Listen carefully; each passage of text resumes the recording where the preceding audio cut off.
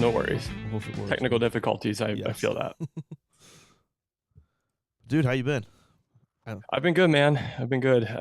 My life's been crazy and just trying to keep up with all of it, but Yeah, been good. got a How lot. about you? Got a lot going on, dude. Yeah. No, same here. It's been busy. I don't have a wife and kids to to contend with. Yeah. But I have a wife who's in nursing school, who's in her clinical, like her capstone right now. So she's working nights. oh wow. So that's fun. She's actually asleep right now. Okay. And then yeah, I've got my kids and I'm working full time and in school. So Yeah. that and plus the education and podcast stuff is all on the docket. So Dude, yeah. So when did you start the podcast stuff officially? I started it September 1st was when I published my intro episode. So that was when I started that podcast. Yeah. And just working through it. I've had some technical difficulties, like I told you, with like recording. And I was actually supposed to record on Sunday with a guest, but we had to postpone that. So Sure. some growing pains, Yeah. but that's to be expected. Dude, it's kind of tough getting into like getting all the audio squared away and video stuff is tough. It's a lot. Yeah, finding guests hasn't been the hard part for me. Like I've got a whole list of people and topics to talk about, but it's like this is something that I have no idea about. So I'm just learning on the fly all the podcasting stuff. Yeah. Yeah, definitely. It's it's tough. I'm kind of like I've got like all the equipment I need. The hard part for me is actually getting people scheduled. Like I'm using like Google Calendar just to send invites to people and they can like choose whenever I'm available. Yeah, I had issues with that. I tried clicking on that and it wouldn't like link me to your calendar. Oh really? Yeah, it would just pull up my calendar and I'm like, I tried finding to see if it put your stuff in there, but it didn't. So it was interesting. Okay. Well, work in progress, growing pains of podcast life, I guess. Literally. Yeah. So okay, I was thinking about this the other day. We got started off like way back in the day. I think at Bay Ridge when I was still. You were an EMT student. Yeah, I was a baby EMT. Yeah. I think you were like the class or two before mine. Yeah, and then you weren't volunteer. You were paid. I was volunteer at the start, so I started there as an attendant while I was going through EMT class. Okay. So I actually did my EMT at Remo down in Albany. Nice. Okay. And then I was volunteer as an attendant, then as an EMT, and then I got paid after working for a year, I think, as a volunteer at Bay Ridge. Sure. Nice. Yeah. I distinctly remember one call we went on. Do you remember? I think it was when I was an AEM, or was that when we were in AEMT class and I was a student that day and you were working as an EMT on the truck? And Shane got called. It was a respiratory. It came out as like a respiratory or something. Yes. And the guy ended up being in hemorrhagic shock from like a splenic laceration. Oh, maybe. I remember we were with a medic, Dave, and he drilled somebody. Ah, yes. That's what I remember. that. Yes. So yeah, she coded like on the ramp at Glens Falls, and then he drilled her right before he walked in. Okay, I do remember that. Yeah. I was like, there was a few. Yeah, I was like, I specifically remember that because I was like looking down, like bagging. I think you were on the chest, and we just hear like the whirling of the drill, and we like both looked at each other like, "Whoa, this is cool." Yeah. Oh, the days of being brand new. Yeah, it was. Everybody was checking up on us afterwards. They're like, "Hey, you guys okay after that?" I was like, "Yeah, that was fucking cool. That was awesome. It was neat." We're not normal if anyone hasn't picked that up yet. Yeah, it's for sure. But yeah, we spent some time at Queensbury and then or Bay Ridge, and then we went to A school together, which was fun. Yeah, and I worked at Moreau. I worked at Lake George before it was town of Lake George. Yeah. Which was one of my favorite jobs ever. I think that was so much fun. Yeah, I loved working Lake George. Yeah, dude, it's a good gig. I'm sad I didn't do it sooner. It seems like it.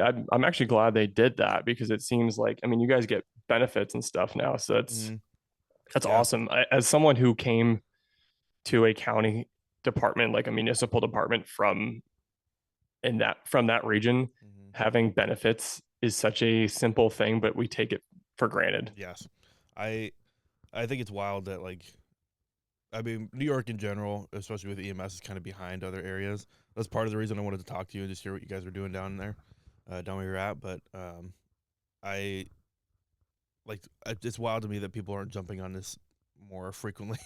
So like have I benefits and retirement and stuff. I said that before I left. I said that, and the response I got was, "Oh, we've tried that here. It won't work here. It's not, we don't have the money or the budget and everything." And I'm like, bullshit.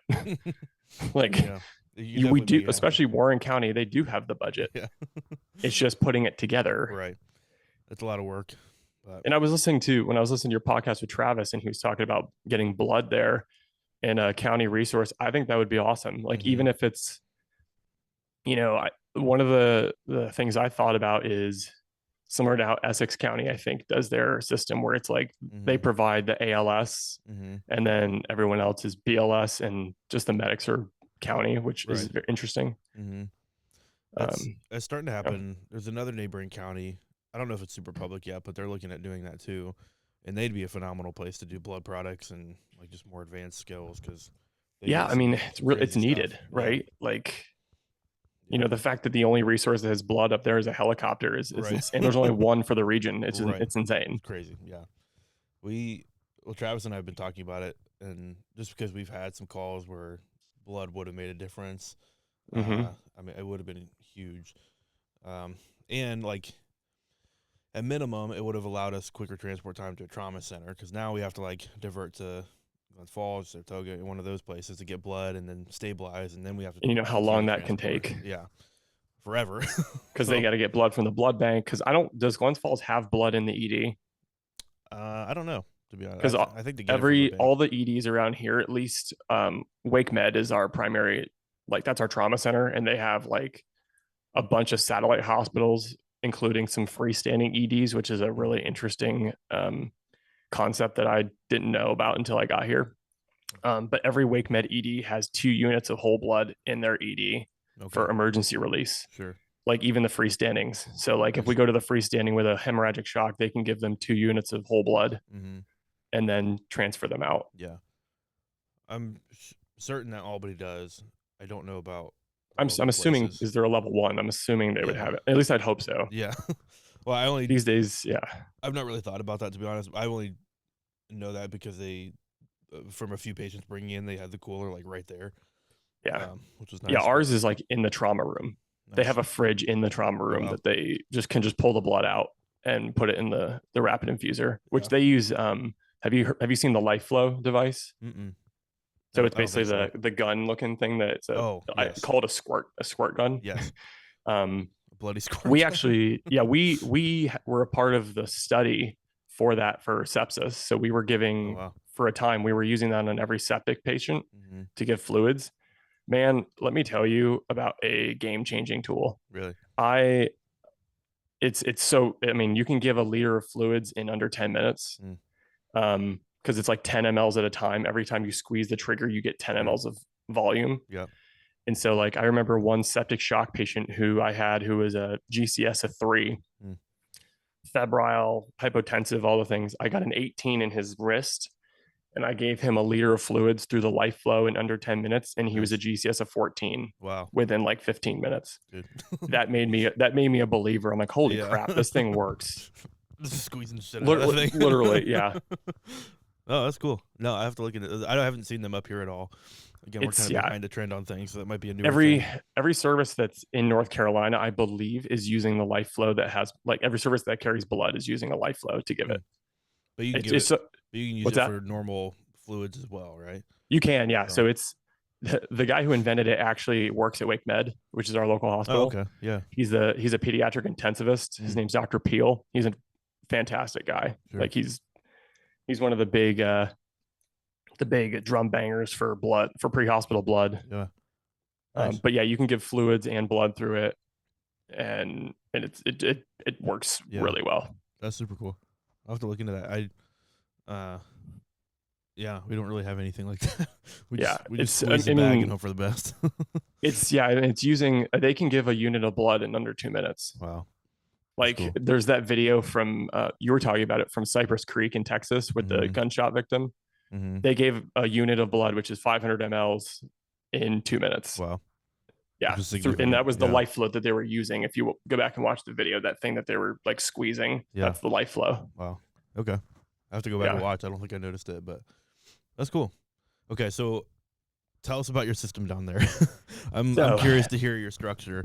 Yeah. So I work for Wake County EMS. So we're a very large metropolitan department. We're a county-based department. So we used to have, like when I first got here, we had 3 departments that were all under our system. We had the county, and then we had 2 other departments that were like separate, similar to a Bay Ridge type environment. Mm-hmm.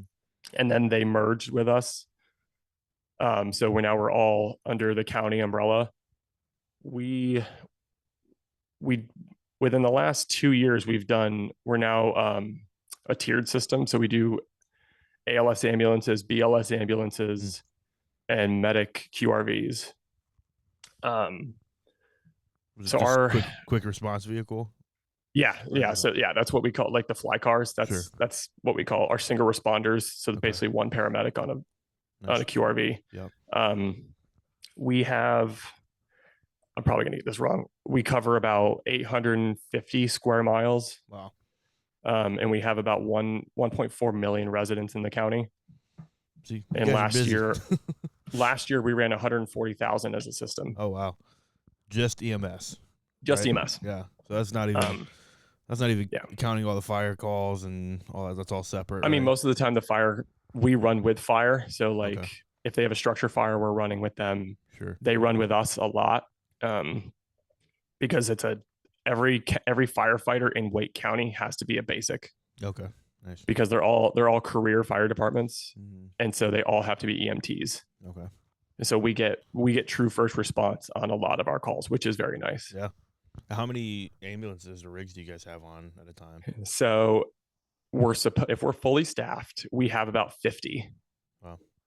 And even if we're fully staffed, some days we go into what's called level 0, which we have no available ambulances in the county. We do that frequently. Mm. So like, if you think about the call volume, that puts a perspective, the call volume. I mean, we have 50 ambulances and we have none in service frequently. Yeah. I mean, that puts into perspective. Yeah. That's a big problem. Yeah. Especially for a population size that huge. Well, I mean, if you think about I think about the sheer volume that I've seen. I run on average 900 calls a year by myself, like just me. Mm.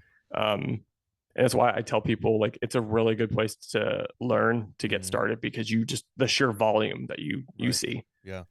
What does that translate to a shift? Are you doing like 9-10 calls a shift? Or we do. Yeah. So we do 12-hour shifts. We cannot work more than 24 at one time. Sure. It's like we have to have 8 hours in between if we work 24 hours. Mm-hmm. And that's just because the volume that we have. Yeah. We work, I think on average, I run about 7 or 8 in a 12-hour shift. Mm-hmm. It really depends on where you work. If you work in downtown Raleigh, you may run 11 or 12 in 12 hours. And if you work in like the more rural areas, you may run 4. Okay. But these days we're consistently running, I think 6 to 7. Yeah. Per shift. And that's just, you're on an ALS bus, of course. So like, that's mainly just ALS calls, or do you do both, or how does that work? Honestly, if I'm being completely honest, about 70 to 80% of our calls are BLS. Okay. Or at least AEMT level. Yep. We have a lot of paramedic EMT trucks. We also have a lot of dual medic trucks, which is really nice if you're a dual medic, because I mean, even if you run 8 calls, I'm only running 4 of them. Right. Which is really nice. Yeah. And then we always have help around the corner. Sure. Like our QRVs, basically we have district chiefs, which are captains now. They're our supervisors, and we have 9 of them throughout the county. Nice. And they restock us with all of our narcotics. So they carry like safes with a bajillion vials of drugs. Yeah. And if we need drugs, we just go to them and restock. We don't restock at the hospital. Sure. That's cool. Which is a change from that area. I know, because that's it's really neat. And you're not spending an hour at the hospital. I mean, the amount of drugs that I carry on the truck at one time is insane. So I carry 5 vials of fentanyl, 5 of morphine, and 5 vials of midazolam. Okay. Yeah. Very good. Yeah. So you're well stocked. I am very well stocked. Yeah. That's cool. What do you Do you guys have like separate? Do you guys RSI? No, No. we don't RSI. I might get myself in trouble. We have the drugs on our QRVs. We have etomidate and rock, Yep. but we're not allowed to RSI. Okay. We use etomidate for post-intubation sedation, which I think is a not a great choice because it's a single dose and you can't redose it. Right. And then rock is meant for shivering because we do targeted temperature management.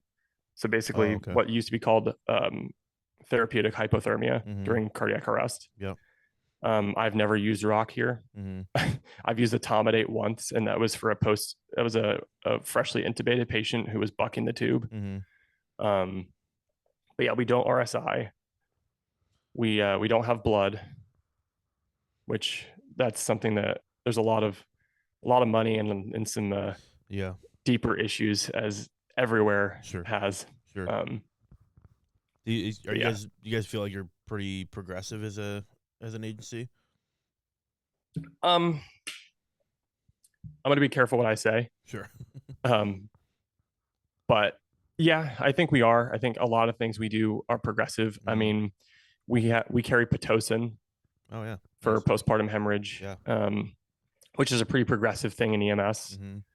We have a buprenorphine program, so like Suboxone essentially. Okay. So we induce people with Suboxone in the field who have opioid withdrawals.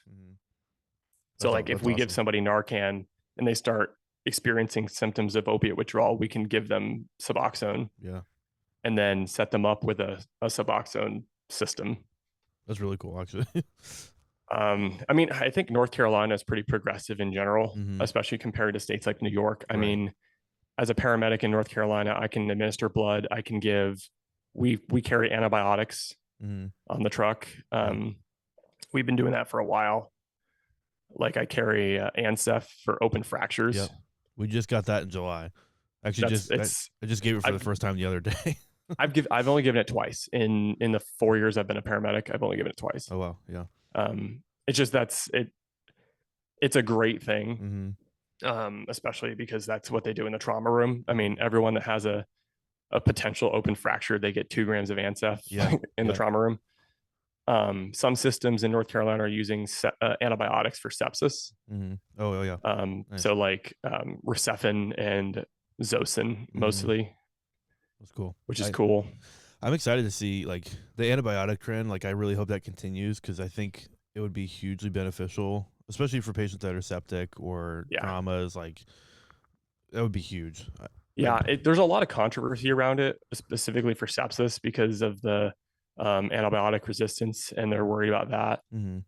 Because I think there was just a study that like literally just came out that showed that we in the emergency department kind of overuse broad spectrum antibiotics. Oh really? Is a very, very recent one, but it's definitely controversial, but I think it's one of those things that I hope we get some good quality data on it, especially for septic shock patients, because those are the ones I see probably has the most benefit of those truly like the septic shock patients. Yeah. I want to dive into sepsis at some point with you. Absolutely. We can talk about whatever you want to talk about. I'm an open book. The Ancef I had a guy that like he was on an e-bike, ran into a guardrail, had a huge laceration on his leg, like open bone, like everything. Our protocols are weird because it says we can give the 2 grams. It says it's like I think it's like an open fracture protocol. It says like 2 grams, just says IV or IM. And I'm like, what do you mean? That would be a terrible IM injection. Well, that's what I was thinking. I was like, this is a ton of fluid. You're going to have to go every extremity. It's like they say we can give MAG through like IM, but it has to be like 10 milligrams. I'm like, that's a crap ton of MAG. Yeah, you're going to have to give pain meds if you're pushing that. Like it's like 5 mLs in each buttock, depending on like the concentration of MAG that you carry. Like that's an insane thing. It is. Our protocols are we just got them in July, so they need to rewrite them and edit that a little bit. But I called and asked for orders because I was like, hey, how do you want me to give this doc? And I was like, can I just give it? So how are you giving it? That's the next question I had. Are you giving it as like a bolus, or are you giving it as a push, like IV push, or what? I asked if I could hang it in a bag, 100 bag over 10 minutes. And he said, yeah. So I'm pretty And sure. you doing 2 grams, you said? 2 grams, yeah. I'm pretty sure that's how most of the hospitals around here are doing it. Again, it's kind of newer for us. Yeah. We Ours is 2 grams as well. Do you hang it? Yeah, we hang. So we have a like, do you remember how Cardizem used to be where it needed to be reconstituted? It Yeah. was like in a little vial. So it's for us, it's the same thing. So we have like 2 bags of it. Yeah. And you have basically, we use one, usually we use 2 bags and like it has 2 vials. So, Okay. or 1 bag and 2 vials. So we pop the top of the bag, you screw the ANSEF on top, you mix it, and then you unscrew it, put the next vial on, reconstitute it, and then leave that vial attached, and then just give it as like a over 10-minute bolus. That sounds a little bit easier. We've just got the vials of the powder. We have to like draw up. It makes it so much easier because you don't have to worry about all that stuff. You literally just screw it on and shake the bag. Well, I'm pretty sure I looked like an idiot in front of my patient because I was like, hey, I'm just going to get this drawn up real quick. It's going to be a minute because you have to reconstitute it from 2 different vials. It's a lot of powder to kind of mix in. And I put the water in the powder vial, but I didn't realize it pressurized it as much as it did, and just a bunch of powder just like all over the back of the ambulance. I have not. I've definitely done that for not for ANSEF, but I've definitely done it for other things where I put way too much pressure. Yeah. Like I tried to put 3 mLs of air in an amiodarone vial, and it like blew up on me. I was like, well, that's a problem. Well, yeah, funny. yeah. The first time I had to give ANSEF in the field, I forgot like one step in how to do it. And so then I had white powder all over the truck, like all over the bench seat. And my partner gets in the back. He's like, were you doing blowback here or what? Like, listen, the patient and I were having a good time. Yeah. That's my natural vasopressor. Just, a little fun. I'm sure the patient wouldn't mind. No. Okay. So sepsis, let's talk about it. Yes, let's talk about it. I'm interested to hear your thoughts. I think sepsis is one of those kind of slept on like things that for sure is, at least in our area, like the past few years, they've been a little bit better about like pushing for people to recognize it and call for rapid treatment. But I think especially I've seen so many times where medics, especially around here, will see a really sick patient. They might not be in septic shock yet, but they're like pre-stages. And it goes in BLS because they're like, well, they're just sick. They just need a hospital. Like, oh man, you could do that. So that happens here as well. So it's not just their problem. Like it happens here less frequently because our department is very aggressive when it comes to that. Yeah. So like, are you familiar with SIRS criteria? Vaguely. So I'll pull up our sepsis protocol here so I can read it. So I'm not sounding like an idiot and just saying random crap. So we have a specific protocol that's suspected sepsis. And it's. Do you want to real quick? Do you want to let's just highlight what sepsis is, like for everybody? Yeah, absolutely. That's a good point. So sepsis is basically a systemic inflammatory response to an infection. So the common misconception is that it's a blood infection.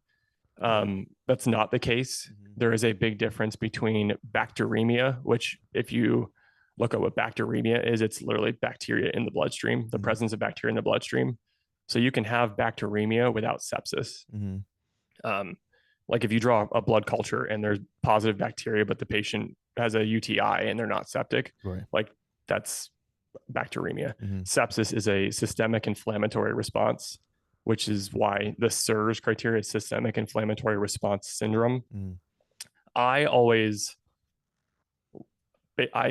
describe it as like anaphylaxis, but instead of an antigen or an allergen, can't speak. It's an infectious etiology. So basically the immune system sees, hey, there's an infection here.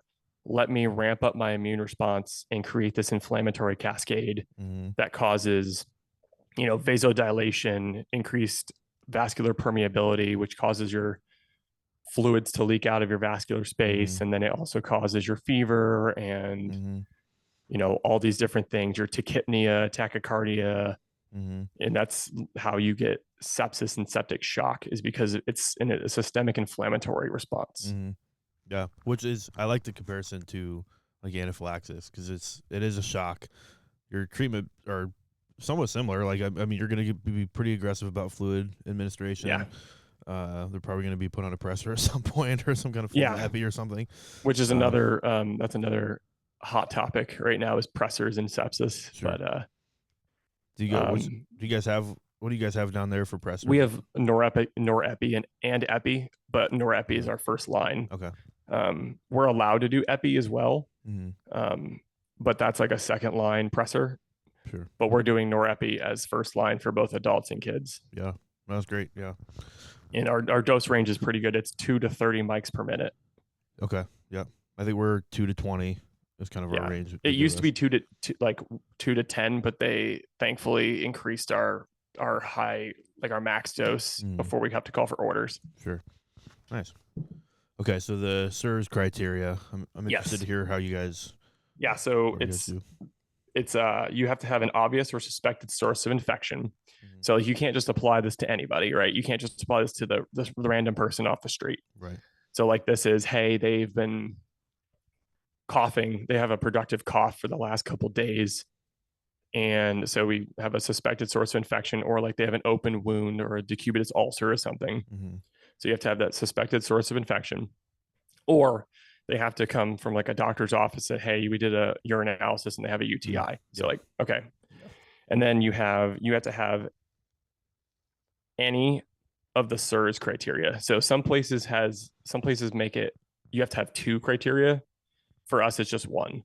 So you have to have either a systolic blood pressure less than 90, a heart rate greater than 90, which is kind of the difference because we're so used to thinking of tachycardia as over 100. Right. But for sepsis or for SIRS, it's greater than 90. Sure. A respiratory rate greater than 20, a GCS of less than 15, and a temp of greater than 100.4 or less than 96 Fahrenheit. Okay. Yeah. And that's because a lot of elderly patients can get cold sepsis. Yeah. Which that's why I've actually had two that I could think of that have been very hypothermic. Which the mortality for that is extremely high. Yeah. So like the original, like the OG days of being an AEMT, I really liked septic calls because I felt like that was one thing I could really identify and make a difference on. I was like, make a difference. Yeah. Right. Because like I could push fluid. I'm going to do that. Start an IV and like identify. Yeah. So like I've always had like a interest in sepsis calls. I think they're just neat. And those patients are typically really sick. Yeah. Incredibly sick. Like, yeah. We had a lady recently that was kind of a whole gambit of things. She was in a camper at this campground in Lake George. Well, I don't know, probably shouldn't say somewhere around New York. But we went there and it was called for like altered mental status. It was really weird circumstances. She was kind of like in between the bed and the wall of the camper. Of course. Like her legs, and a rather larger lady. Super nice family though. She's diabetic. She's had, I forget what I think it was a UTI actually. Probably. It was either that or some infection related to the diabetes. Like, I don't remember, to be honest. It was like an ulcer on her foot or something that's infected now. It was something. She had been on antibiotics, but she was just incredibly sick, and her sugar was like 25 or something like that. So, we kind of go down that route first, like D10, IV access, try to resuscitate there. That brings her around a little bit, but she's still incredibly altered and very sick. And I think by the time we get her, and meanwhile, like, we're supporting her up because it's just such a weird position to be in. Right. Which is not to interrupt you, but like the sugar thing is actually a really interesting part of sepsis because like if they're a diabetic, obviously their metabolic rate is really increased. So they burn through sugar a lot. Yeah. But then also you can see hyperglycemia, which is another common thing with people that have infections that like, hey, you're not a diabetic, but your sugar's in the 200s. And if everything else is fitting, like, you probably have an infection. Right. The pathophys is really interesting from that. It's basically like, has to do with lactic acid. Sure. And like your liver, because your liver produces lactic acid, but it has your glycogen stores. And so like it can just release a bunch of glycogen and then which in turn drives your sugar up, which is a really interesting phenomenon. But anyway. No, it is neat. I was talking to the doctor after we dropped off this patient. I was like, her sugars were all over the place. And like I kind of had a vague idea of like that was related to sepsis, but I mean he just addressed it. He was like, yeah, she's probably burning through her sugar like crazy because she's still a larger lady. Like she's got a lot going on. She had a temp of like 103. Well, yeah, her us. metabolic rate is insane. Yeah, like yeah. And I gave her the 250 bag of D10. That her sugar came up to like 200, 230, something like that. And then by the time we got her back to the hospital, it was like down to 40 again. Yeah, I was like, this is crazy. The fluctuation.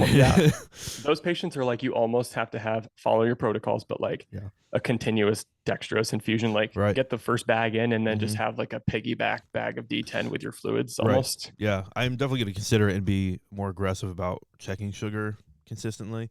Yeah, just based off that call alone, because you definitely saw the need for it. But she was a very sick lady. For us, I don't know if you remember, years ago they made us watch like the sepsis protocol video. They made kind of a big push for us alerting the hospital about sepsis. I think patients. I was gone before that. Okay, I've been here for 6 years, so it was that's crazy, dude. I know. I literally thought about that the other day. I'm like, I've been here for 6 damn years. That's insane. Long time. I heard your GoPro. Like that was my Snapchat notification. Oh. But yeah, we got her to the hospital, and I think she had a temp of like 103 temporal for us, just off that scan, which normally translates to a few degrees higher. Yeah, she's just a very sick lady. But yeah, it's super interesting. Like, and we use Pulsera. I don't know if you guys use that at all, but we don't use that, but I've heard about it. Okay, it's got like different alerting types we can use and templates in there, and sepsis is one of them. So I really like pushing that button because I feel like sometimes if you bring these patients in, they'll be like, oh, they're just sick. We'll get to them when we do. But if you can identify sepsis in the field, put in the criteria like, hey, they're tacky, they're febrile, they've got this infection. That just lets the hospital know, like, okay, we need to be aggressive about this. Yeah, we have the same thing. We have a sepsis alert. Because we call our reports in over the radio. Okay. I've heard some medics be like, well, it doesn't really matter. I'm like, it does matter. If the hospital's doing their job right, it should matter because they're going to get if they don't get a room, like maybe they get, I don't know, stuck in triage, because that happens here with our busy hospitals. I'll stick a sepsis patient in triage. Right. But that kind of alerts them, be like, hey, they need cultures, they need XYZ, like fluids, everything now, so they can fit their sepsis bundle. Right. And it's more reaffirming for me. Like, I may need to prepare if I know I'm going to be waiting at the hospital for a little bit. Okay, maybe I'm going to bring in an extra bag of fluid. I'm going to have extra steps in place to bridge the gap between me transferring patient care to the hospital. So yeah, I think sepsis is really cool. But like, so like on top of our sepsis thing goes for even further. So to get back to this, so that you have to meet the SIRS criteria, which also aside, just because they're not tacky doesn't mean that they're not sick. You got to think like, is this patient on beta blockers or like cardizem normally? But yeah, we also have a pediatric SIRS criteria, which is the same as an adult, but like the heart rate changes, and it's more related to their actual pediatric heart rates. And then we also, if we meet SIRS criteria, then we put them on end tidal. And if their end tidal reads less than 26 for 2 consecutive measurements 5 minutes apart, then that qualifies them as a sepsis alert, which is different than some places. But even, I mean, I've even had like patients who I know are septic and they fit the bill, but their end tidal is like 32. And then I looked at my outcomes later and they got diagnosed with sepsis. I'm like, well, technically they're not sepsis criteria, but I called the hospital. I'm like, hey, this is going to be a sepsis. Like, they're going to get a sepsis workup no matter what. It's just kind of the nomenclature of that. But yeah. Interesting. I just need that they break down the pediatrics a little more. Yeah, it's really good because pediatric sepsis is such a under-recognized thing, Mm-hmm. but it has a very high mortality. I mean, sepsis, I think, has the similar mortality as stroke, Mm-hmm. but like we put sepsis way down in kind of our level of importance a lot of the time, Yeah. like you said. Right. Um, but it has like the same mortality as stroke. Mm-hmm. Yeah, they don't Um, really. I feel like the emphasis is like, oh, you have an infection, that's like a hospital problem. I'm not like, yeah, we traditionally have not had antibiotics for things that we could be aggressive about treating other than fluids. But now, like, even just the recognition part and the emphasis on that is huge. So and I think that's all part of like the mindset shift of EMS. Instead of we're just a ride to get into the hospital, it's like, no, we are clinicians and we're mm-hmm. going to initiate proper and aggressive care in the field, Mm-hmm. because now there's more and more studies that are showing that their outcomes are significantly better if EMS treats them appropriately. Mm-hmm. Um, that's like with pain management. We're the same way with pain management. Mm-hmm. My system is very, like, you get QA'd if you don't offer pain meds or give pain Mm-hmm. meds to people that would pain scores over 6. That's good. Good. Um, I love that. Yeah. yeah. And it's because I remember when I worked in New York, it was a very, I don't know if it still is, I hope not, but very like, you don't crack the narc box. And if you did, it was kind of like a shame, shame. Right. Yeah. But versus here, I give an opiate probably once a shift. Mm-hmm. Yeah. I just gave morphine and Toradol to one patient yesterday. Mm. Like, Nice. it's, yeah. Yeah. I think it's gotten a little bit better. We've had like quite a big wave of like young medics coming up, and I think we're seeing kind of a transition to more aggressive medicine. Mm-hmm. But That's good. that is still the mindset for a lot of people of Yeah. like, I'm not giving narcs unless they're screaming in pain, or like it's obvious like they have a crazy injury or something. It's a hard mindset to break, Mm-hmm. especially when you have like like my paperwork on my end is super easy Mm-hmm. for a narc administration. And my system makes it really simple because this is something I really like. Um, our medical directors allow us to give a single dose of an opiate and a single dose of Zofran and downgrade the patient to BLS. Mm. That'd be So even nice. on an intercept, like if I intercept a BLS truck Mm-hmm. for like abdominal pain, I can give the patient a single dose of morphine or fentanyl and then a single dose of Zofran and say, see you later. Yeah. I'm going to go back in service. That'd be wild. We'd get fired for that up here. It's crazy. In my experience, one, it makes medics more likely to give pain meds because they don't have to write the chart. Right. And patients benefit because they're getting good pain management. Mm-hmm. But it's just like, to me, it's the right thing to do. Mm-hmm. It's like, you wouldn't want to be in pain. Right. Right. If you or your family member was in a lot of pain and you could visibly see it, Mm-hmm. you would want pain meds. Yeah, absolutely. I remember having a conversation one time. I was on this call. This lady had, like, I think, fallen down some stairs, had like pretty severe back pain, and it was obvious like she was in clear distress. Mm-hmm. The provider I was with, this was years ago. I wasn't even. Mm-hmm. I think it was an A at the time. Like, pulled me aside. We brought this lady out of kind of a sketchy hotel, and Mm-hmm. the provider like pulled me out of the ambulance. Was like, "Hey, whatever you do, don't mention pain meds." And I'm like, "What do you mean?" She's like, "I look at this place.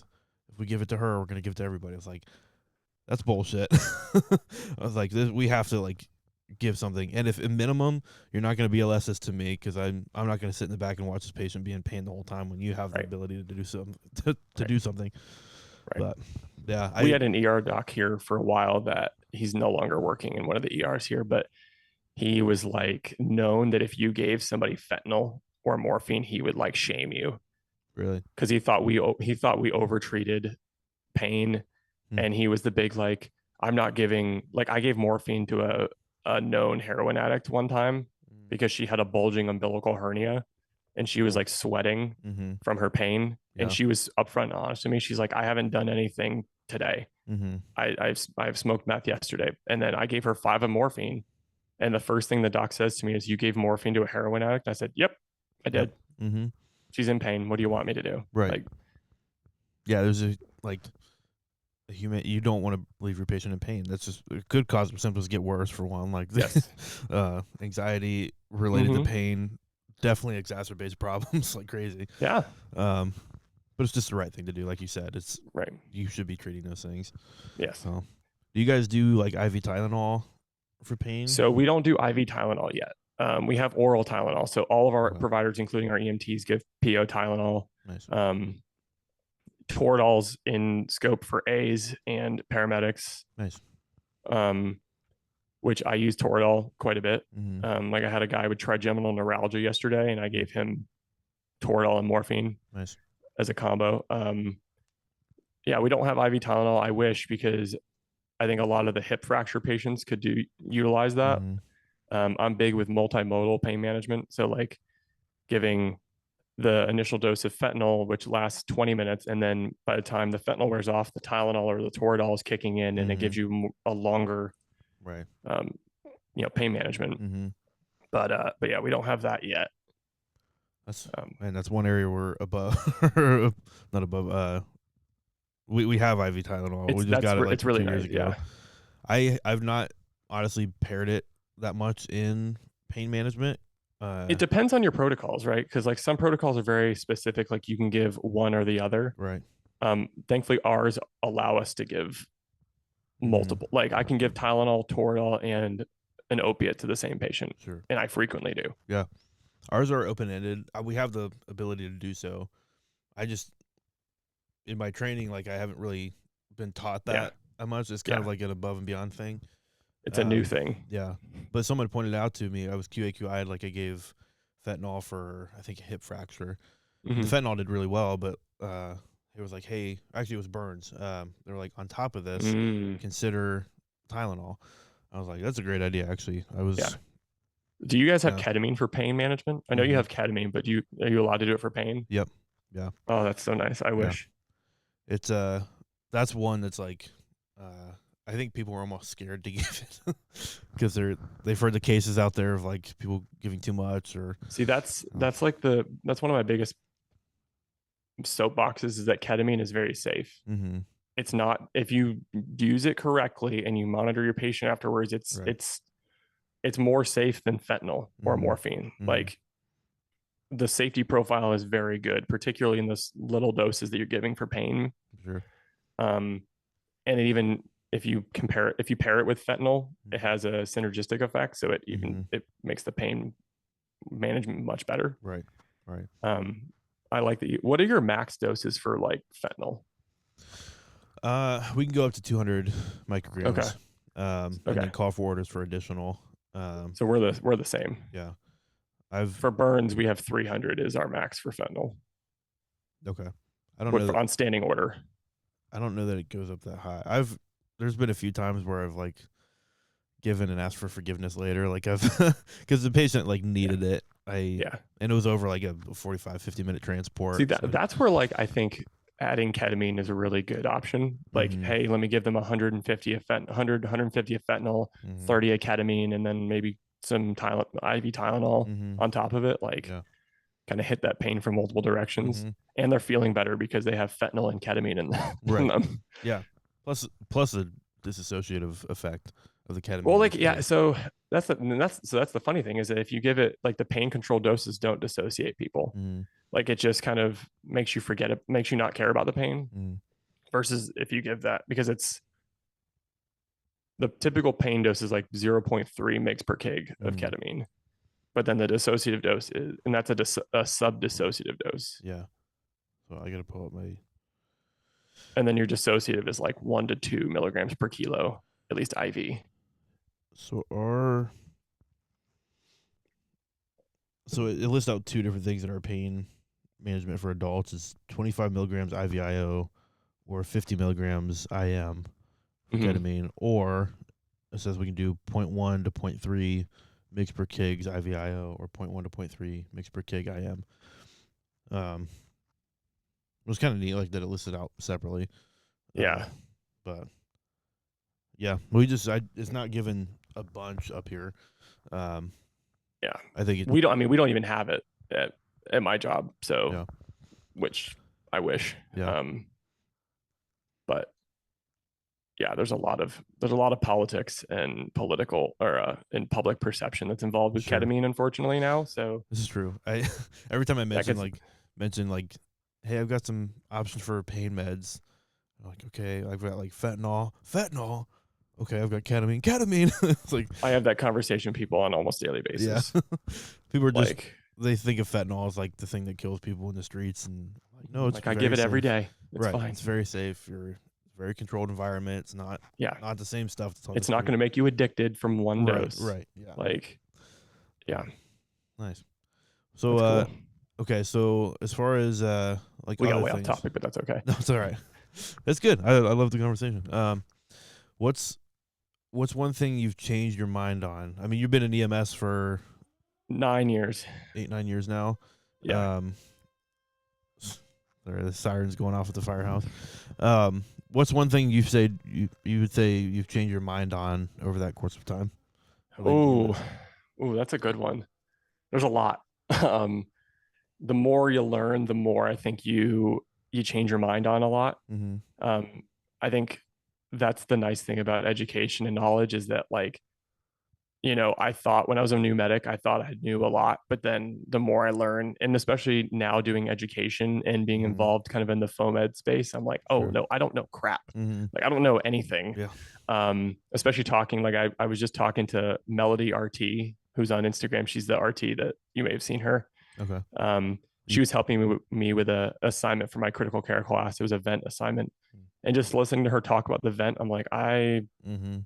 I know very basic vent terms, and you're like going into all these things. I'm like, I want to learn that, Yeah. but anyway, one thing that's pretty recent, is RSI. Mm-hmm. Um, I so like a disclaimer, I think that EMS should be able to do RSI. There are some places like Pennsylvania currently paramedics can't give paralytics. Mm-hmm. Um, I think the whole medication facilitated intubation is crap, like giving a sedative and intubating them. Mm-hmm. I mean, that's been proven that it reduces your first pass success and it's not a good idea. Sure. Because no matter how deep you get them, like the patient might still have a gag and it's just gonna, Mm-hmm. but learning more about it, I think RSI should be very restricted to people who have a certain level of education. Like in other countries, I mean, some countries only physicians can do RSI. Mm-hmm. Like in the UK, I think they have advanced paramedics that can, but that's like a master's degree level. Sure. I don't think we need to go that far, but I personally think this goes into another topic. I think we need to incorporate critical care paramedics more into our 911 system. Mm-hmm. I think that's a missed opportunity where we could have some like really high quality care Mm-hmm. with some critical care paramedics, either on a chase car or something.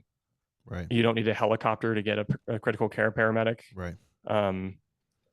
But when you start learning more about the hemodynamic consequences of RSI, like the hemodynamic consequences of giving someone an induction agent, even ketamine, like if you give somebody who has a systolic of 80, 200 of ketamine, you're probably going to drop their pressure and you might kill them. Right.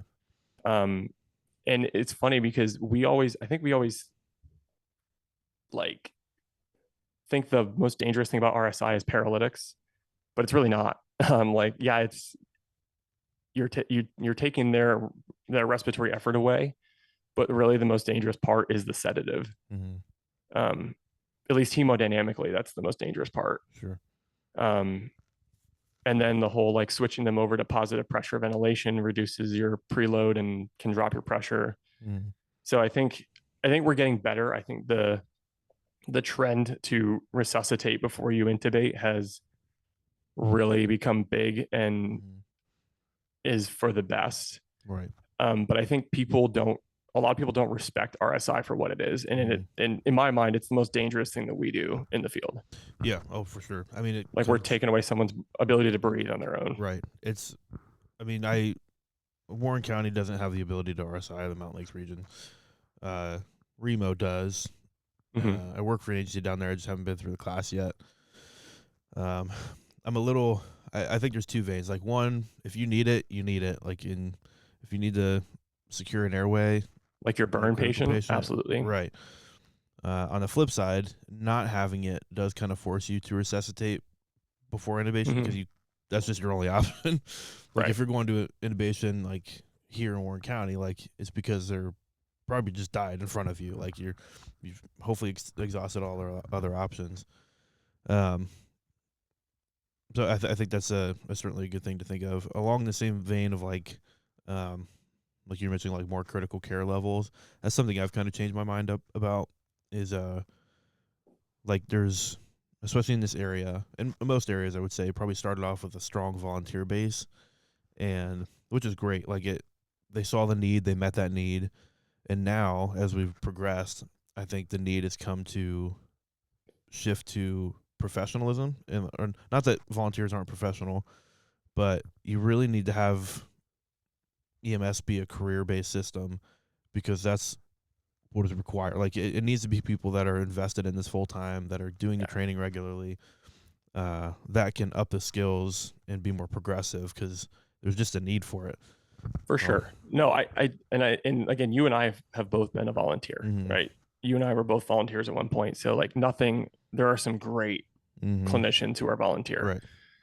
However, like you hit the nail on the head, like just the experience.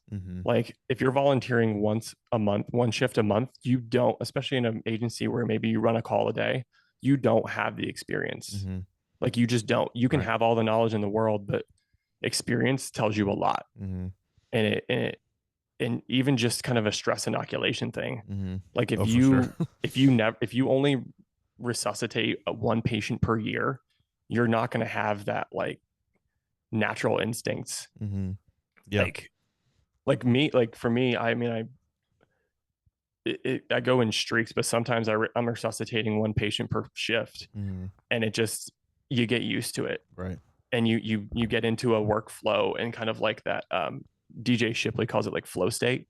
You get into flow state where you're rocking and rolling. You don't need to think about it. You're like, okay, this, and but I think professionalism is a huge thing, and it's a problem. And I've said this for years now, and that's something I've changed my mind too on, is the volunteer thing. And nothing against volunteers, but like, we don't have volunteer nurses or physicians who are volunteer. Like if we want to be respected in the house of medicine, I think we need to get away from the volunteerism. Right. I get some areas need it. Like that's how they get trucks on the road. That's how they get crews out. I get it. But I think ideally, like you said, professionalism and having career people is where we need to be going to. Right. I mean, just from, like we've talked about this in the agencies I'm a part of, like there's so many things we want to look towards doing and things we are like taking steps towards right now or are doing. But as a volunteer base, it'd be really hard to get like pumps and vents into our areas, or like we're doing body cameras right now. That'd be really hard to do if we were just volunteers, just because the time commitment is different. Yeah. You're not working 40+ hours a week on this one thing. So there is. You bring up a good point though on the vents too. Is like someone who's learning vents right now in my critical care class. Vents are hard. Yeah. Like it's not the transport vent where you set a rate and tidal volume. Like there is a lot to safely ventilate somebody. There's a lot. Right. There's a common like saying is that don't make the vent a murder weapon. Yeah. Like it truly can be. Like if you put somebody on the wrong vent settings for 30 minutes, like you can truly mess them up and you can cause them irreparable damage, like irreversible damage. Hypoxic brain injury. Well, not just the hypoxic brain injury, but like their lung injury. Sure. Like if you set patients on an insane pressure, like you basically induce ARDS in patients, or like their lungs will never be the same, and they potentially will never come off a vent. Yeah. Like, and that's part of the long-term thinking is like, oh yeah, these settings for 10 minutes may be fine, but when they can't get the patient to wean off the vent weeks later in the ICU, and now the patient's vent dependent for the rest of their life, like that's a problem. Right. I heard someone mention that the other day. Actually, it was a podcast. I think it was the 2020 on the podcast. It was fantastic. It was like very scenario based. They go through stuff, but they were mentioning like how often are we on like a cardiac arrest call, and maybe you're the only medic, or like there's 2 medics or something, and we put an EMT, like the new EMT goes on the airway, or the firefighter or something. Yeah. right? Which is like, I'm all for like teaching skills and like getting the reps in and stuff, but airways, like ABC, is like, this is the 3 most important things we do is managing those. Yet that kind of like just gets swept under the rug sometimes, or we're not really quality controlling our airway management, even at a like BVM standpoint. So, and on top across of the that, board. on the other end, the vent thing is, I definitely see that perspective too. But again, like going back to the original point, like that's where the professionalism comes in. Like people that have time on the job, that get the training, that can devote their career to this, is really where what's needed, you know? Right. I mean, and don't get me wrong, like I work with people and I've interacted with people that are career medics and that they don't put the time in. Like they don't put any extra effort in outside work. They come to CME and that's their continuing ed, and they don't do anything else. Right. And to me, maybe this is a philosophical thing, but I think if this is not just another job, like EMS is not just another job. This is not, I don't want to sound cliche and say it's a calling, but we are put in charge of people's lives. Like, think about if your kid or your parent were having a medical emergency, who would you want to show up? And that's kind of the philosophy that I try to follow as a medic, is be the medic that you would want to show up to your kids. Because as a parent, like, it's terrifying. You know, and especially with how uncomfortable a lot of providers are with kids, like, be the provider that you want to show up to your family. Is a big thing. Yeah. The What's Going On podcast is proud to be sponsored by MediocreAssistance.com. Do you need counseling, but don't care if you actually get better? Do you want to talk to someone about your life, but don't really care if they're licensed? Do you want to tell others that you're in counseling, but don't want them to know that your counselor is a fry cook from Wyoming? Then Mediocre Assistance is for you. At MediocreAssistance.com, they'll pair you with a random-ass person who is dramatically underqualified to help you with your problems. Now you may be wondering, what's the purpose of this? Why should I tell a random person all of my problems? Well, the benefit of this to you is to yet be determined. At only $300 per session, you will leave feeling confused, dumbfounded, and overall worse than you did before. MediocreAssistance.com cares about you and your life, as long as you pay the full amount on time. If you use discount code BOOZECRUISE, you'll be sent a free bottle of tequila with your initial sign-up. MediocreAssistance.com. We care. Kind of. All right, so on the let's talk about the education stuff you're getting into. Sure. If I don't know if there's any limitations on what you can talk about related to work stuff, but I just can't badmouth my department. That's all. Sure.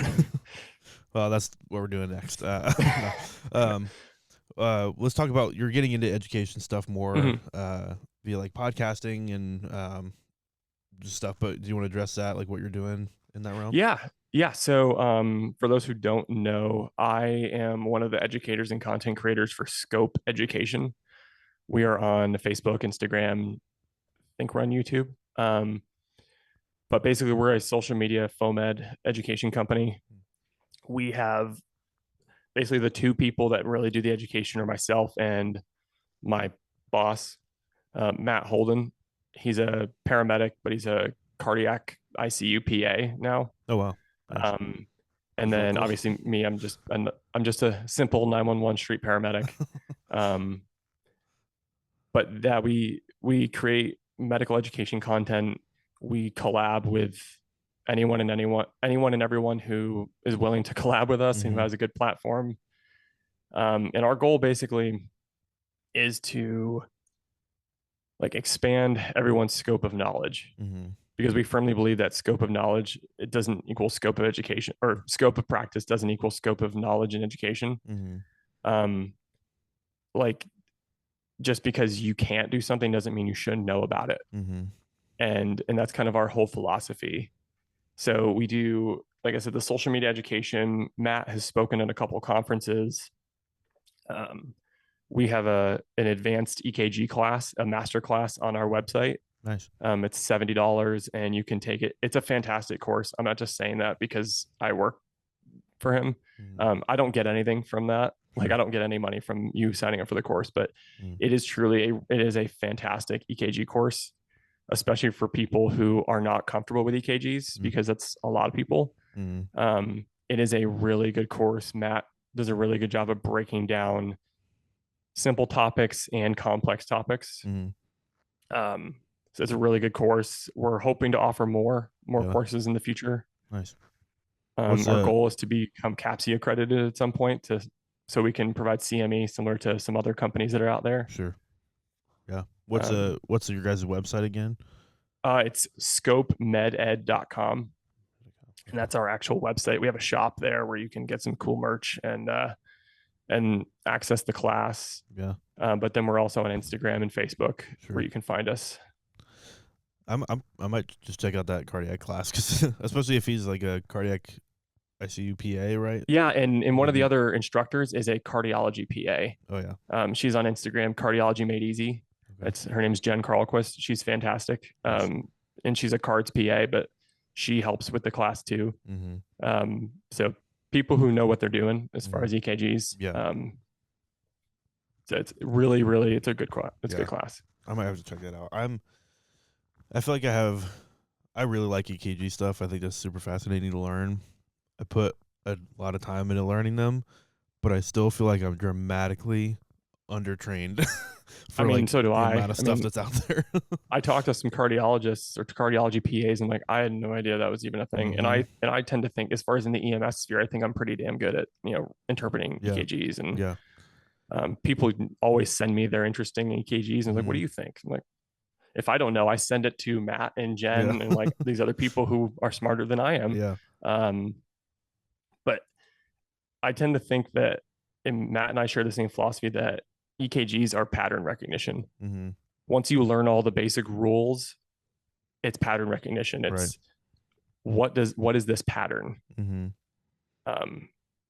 that, to break it down into simple terms, that's what I see it as. It's just pattern recognition.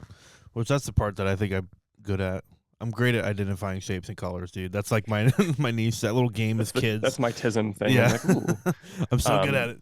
If they made that game for as kids, like where you put like the block in the block hole, they should do that for EKGs, and I'd learn that really well. The piece of advice I always give people is just look at a lot.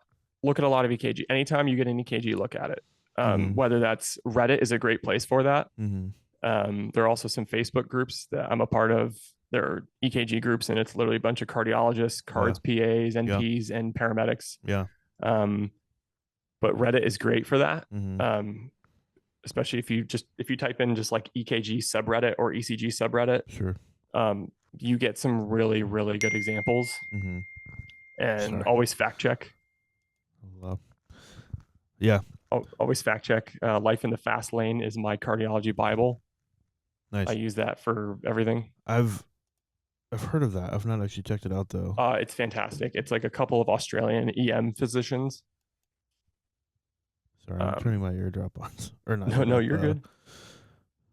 I'm trying to silence my phone. I don't know how to do that from my. We'll figure it out. So that's another thing. Got so loud. Sorry. That's one thing I wish they. I don't know how long your medic class was. Ours was only a year. Mine was 14 months. Okay. Were you full time? Yeah. Okay. I was in our internal program, so I got paid to go to medic school, which was like fantastic. Yeah. But yeah, it's a huge burden not to have to pay for that. Yes. Ours was a year. It's an intense program, I'm sure, no matter where you go. They did. I went to SUNY Cobleskill, and the instructors are just phenomenal. I absolutely love that program. But teaching just the basic state paramedic level of EKG readings and interpretation is minimal. So like now that I'm out of medic school and I'm like regularly doing EKGs and seeing all these different idiosyncrasies of like just small things you could pick up on is nuts and a little overwhelming, to be honest. That's why like I transmit a lot of EKGs just to have a doctor look at them because I'm like I want someone that gets paid a lot more than me to look at this and tell me that that it's either okay or not okay. Actually, I just did that last night. I'll send you a picture. Yeah, dude, I was I was unpacking my bag. I had a lady that had she's got like depressions. If you hold it up to the screen, I should be able to see it. I can tell you real quick.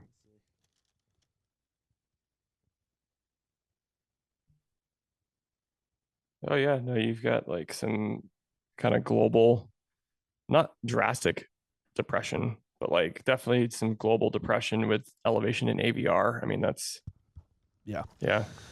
So she's pretty interesting history, but I was like, I am not content with what some of the things I'm seeing on here. I'm gonna transmit to the doctor. We're definitely taking you to the hospital at minimum. Yeah. So she's got a pretty complex history, a lot of stress-induced cardiac issues too. So it's kind of neat to just pick apart. But there's a lot of stuff in that, even like just small things. It was like, yeah, like some of this is new to me. Some of this is like I've seen before. It's like that pattern recognition of like depressions equals no bueno. So yeah, and that's like there are some things like don't get me wrong. I think access, like cardiac access, is important, but I think some places oversell it. Sure. It depends on what you're looking for. Like you can really pick up on some things with looking at access. I always look at it. But it's just like a very quick, oh yeah, they have a left axis. Okay. Right. Move on. The one more so if they, the one thing that this is a newer thing for me too, like probably 5 months ago, I like learned this because I kind of brushed access deviations off. And I was talking to my paramedic instructor, actually. I was like, hey, like what do you like practically use this for in the field? Because it's apart from like pattern recognition, like we're taught like our niche is like identify like STEMIs and VTACs and AFibs, stuff like that. But like, what do you use access deviation for? And he's like, well, actually, like for tachycardic patients, like your SVTs or ones you can't really tell are like SVT or AFib with like RVR. That access deviation will tell you a lot.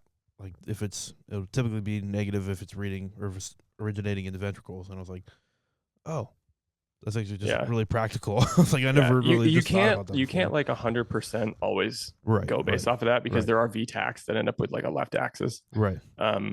But yeah, that is a good thing. I look too at like if I think the patient's having a PE, like that's another thing. If they have like a right axis, it's not like definitive, but it's like, hey, they have a right axis deviation and a right bundle branch block and they're tachy and they have pleuritic chest pain and blah, blah, blah, blah. Oh, okay.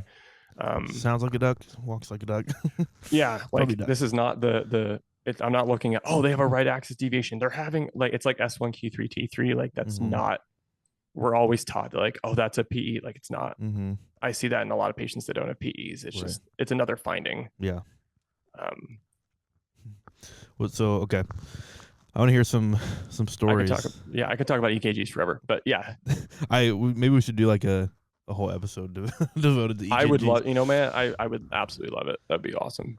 Which I'm not saying this just because you're on here. You're always one of the smarter people I worked with. Well, I appreciate that, man. Thank you. I remember even in class, there was like you and one other guy was like, oh, they got A's on the class again, test again. Meanwhile, we were sweating and like happy to get a 70 or something. But I'm always willing to help anybody too. I still tell everyone that I'm like, listen, if you want to text, I give so many people my number, or my email or whatever. I'm like, if you have any questions, please message me, text me, email me. Like I'm always up for answering questions and teaching, which which I love that mindset, by the way. And I wish that was more common. I feel like EMS is pretty ego driven. So having the ability to like reflect, or even like you said earlier, like if I don't know, I'm going to reach out to people that do, or like try to find the right channels. So yeah. Anyway, I mentioned, well, I'll stay on this tangent for a little bit. I was talking to Travis about this, actually. We were talking about like body cameras in EMS, which is something we're doing at Lake George. Love that. It is so cool. I'm a huge fan. I'm one of the people that are pro body cam for EMS. Yeah, it's for multiple reasons. Yeah, it's certainly mixed. There's people that have their opinions about it. Some are justified. I will give them that. Right. And there's always concerns with anything new you bring out. Body cams is definitely like a public thing. Like there's, uh, I think people are worried for right reasons about certain things, but as long as you Sure. have the right policies and practices in place, you're fine. I personally think a lot of people are scared of the accountability thing. Right. They're worried that they're like, they know they're not doing the right thing. So now Yes. it's on video and you Yes. can't hide behind, your charting is good, your documentation is good, Mm-hmm. but you can't hide behind Yes. the documentation anymore. Which is, yeah, the accountability is important. It's not, it's one of the big things, but it's not like the main thing we want to do get body cameras for. But it is kind of a adverse effect, I guess. Like, one, if people are bad providers and they know they're bad providers, this is a deterrence from them joining our agency, which is, Yeah. I'm not saying we don't have, we have a really solid team, and I'm super thankful. But if people are worried about that, getting caught doing the wrong thing, I don't want to work with them. I want people that are on top of their shit. Yes. But on the adverse side, on the flip side, as a provider, I'm now able to go in and watch myself and like review calls and get very specific with my documentation. I love that. Like, it's really Which cool. that's awesome. Yeah. It's so neat. Like seeing like, okay, I like going on a high acuity call, like reviewing my intubation, Yeah. being like, oh, I didn't like set up as well, or like there was Do one. you have video laryngoscopes that record? No, we just What got do you Heine. have? It's like Heine. It's like a German company. Oh, I know what you're talking about. Yeah. They're really nice. We have the McGrath, and the McGrath Okay. doesn't record either. Yeah. I wish they did. We had King Me too. Vision, and they discontinued those. Good. The King Vision sucks. Yeah. That's another Trash. episode topic we'll get into. Trash. Yeah, the Heine's are really nice, but they don't video record. That's my one critique of it. But yes. Same with the McGrath. I love the McGrath, but it Yeah. doesn't record, which Yeah. I think should be mandatory, right. especially with reviewing all of your own stuff. Right. At least like so with the body cameras now, I'm normally mindful. Like any intubation I do, I try to set up to where I can Yeah. see. That's good. Yeah. See the screen well. Mm-hmm. But yeah, just to, like the personal side, like I can really go back and review my stuff and critique myself. I can even show like the doctor at the hospital, like, hey, this is a scene I just brought this patient from.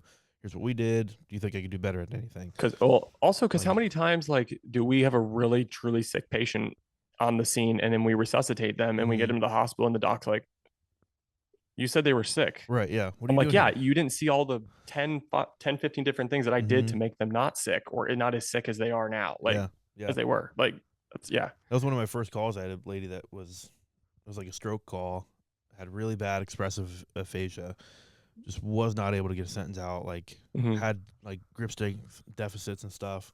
And by the time we got her to the hospital, like a lot of that had dissolved on its own. But I was like, I now have the ability to go show the doctor everything. Like I'm not an idiot, I promise. Right. Yeah. Yeah. It's mostly for me, so they don't think I'm dumb. But no, I mean, it's just a really neat tool to have. But yeah. No, there have been multiple calls where I really wish I had a recording. Like that was a really, really well run resuscitation, or that was a cluster. And I want to know, like, I want to look back and see and like, where did it break down? Yeah. Yeah. Yeah, exactly. Yeah. Okay. So let's get into some stories. What's story time? What's some memorable calls you've had as a medic or something that's stuck out? I think that's one of the benefits of being in a metro area is that we have a diverse population. So we have a lot of like a big homeless population, a lot of low income, very like socioeconomically disadvantaged people who don't have good access to healthcare. We deal with a lot of social issues. I just had a student the other day and we had a patient who was an APS referral and like because of a lot of different things. And we deal with a lot of that. And I've gotten really comfortable being kind of a social worker. And that's one thing that, you don't get everywhere.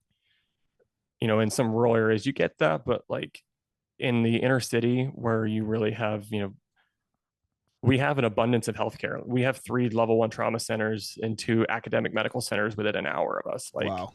and we have, I think, like, I don't know, 12 EDs in the county, just alone in our county. But like, even in that really resource rich place, you still have a lot of barriers to healthcare, and you still have a lot of people that they have a very low level of education, so they have poor health literacy, or they can't read. I had a guy who literally, he was in his 70s and he couldn't read the labels on his medication.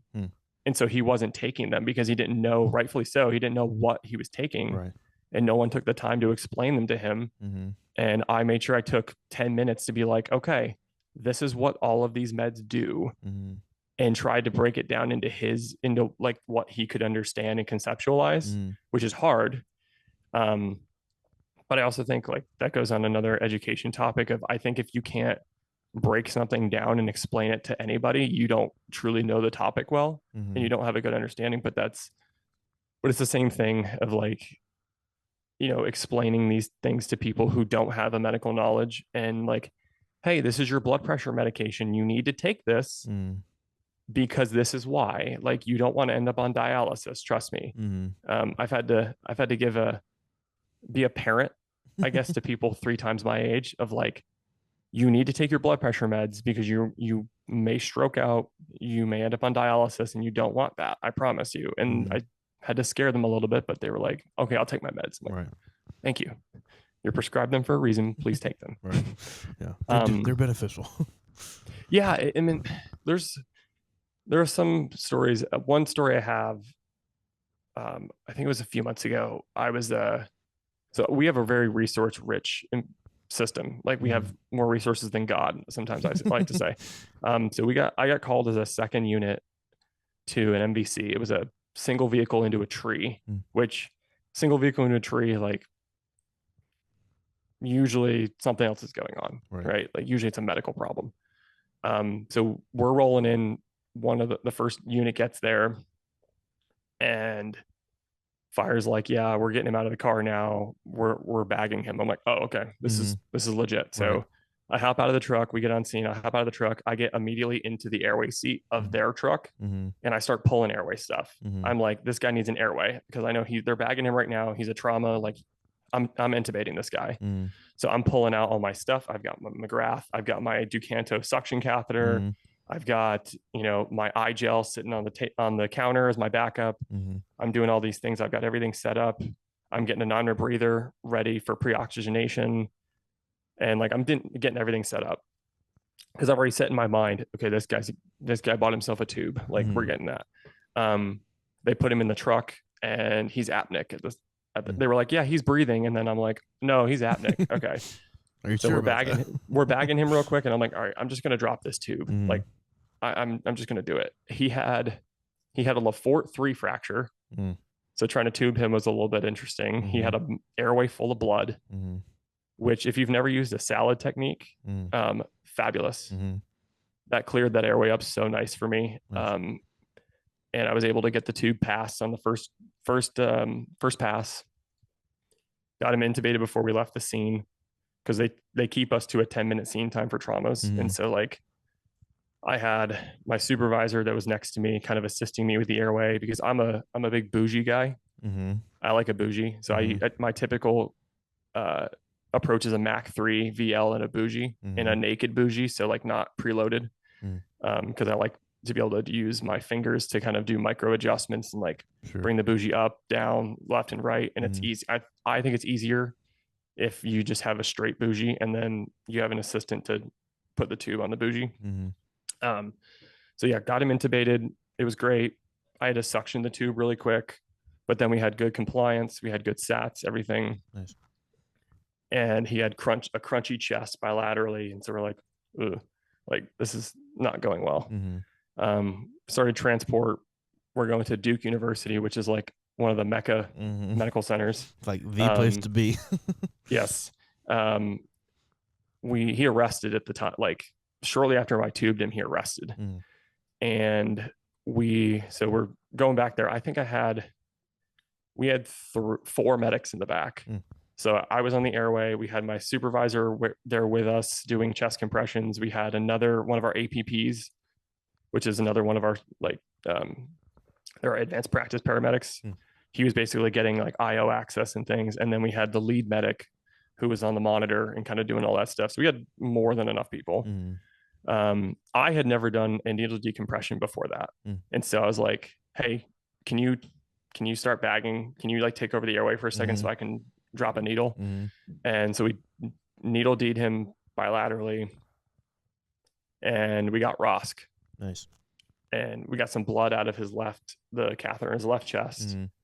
And I kind of made a comment. I was like, boy, I wish I could take a scalpel to his left chest and drain that hemothorax, but I can't do that. Yeah.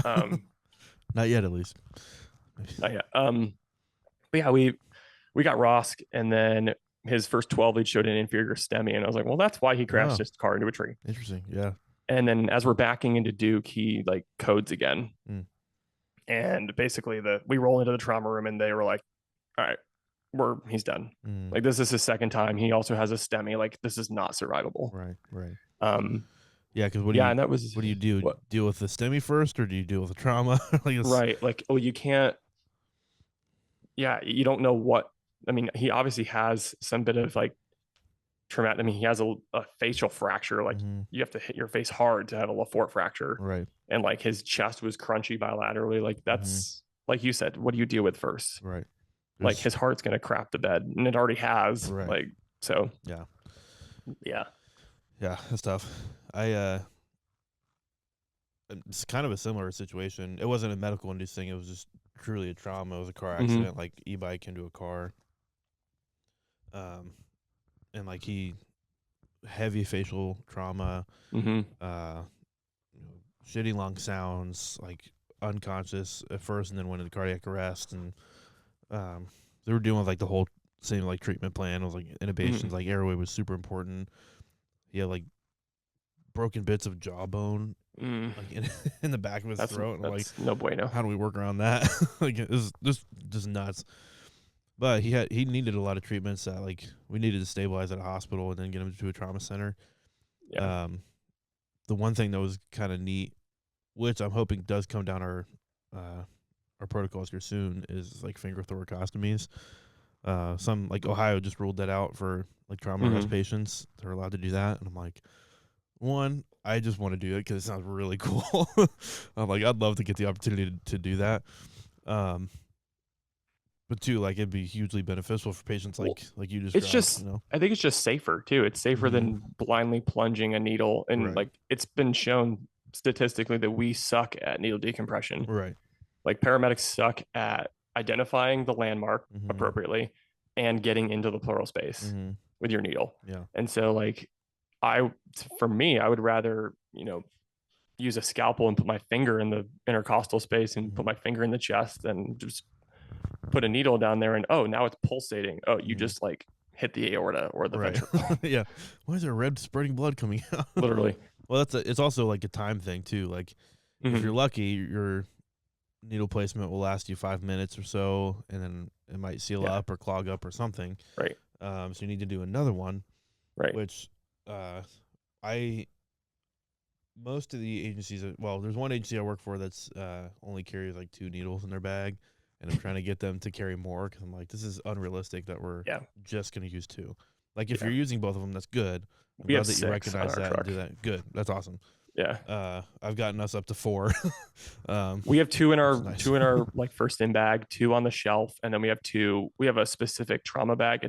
It's called the penetrating trauma bag. Okay. And it's literally like that is the only thing we bring into like a shooting or a stabbing. We don't even bring them because we don't even bring the monitor because they're like just load them on the stretcher and get going. Right. Like that has chest seals, it has needle Ds, it has tourniquets, it has everything you need, and it has a BVM. So like if you need anything, you've got everything. Yeah. Which so maybe I lied. We've got a bag that's like that, like the North American Rescue like sling bag or whatever. I think it's got it has needles in there. I just don't remember how many. But yeah, like those aren't long-term solutions, right? Especially with longer transport times. So.